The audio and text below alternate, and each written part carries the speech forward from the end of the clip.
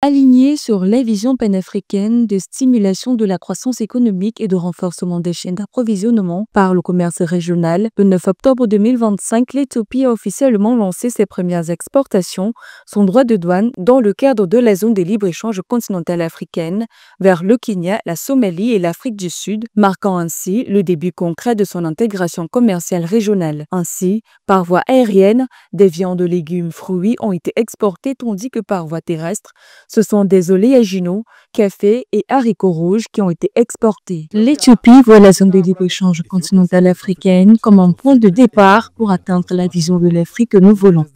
Nous l'utilisons comme un catalyseur des progrès économiques que nous avons commencé à enregistrer. À cet effet, je souhaite exprimer ma ferme conviction que nous ferons de cette vision continentale un succès, tout en réaffirmant notre engagement envers nos pays partenaires dans un esprit de solidarité. Bien que ce soit la première expédition commerciale de l'Éthiopie dans le cadre de la zone de libre-échange continentale africaine, depuis 2023, l'Éthiopie applique un taux de zéro droit de douane pour la majorité des produits importés dans le cadre de l'ASLECAF qui sont classés dans la catégorie A, soit les produits non sensibles. En 2023, environ 14% des exportations totales de l'Éthiopie allaient vers des pays africains.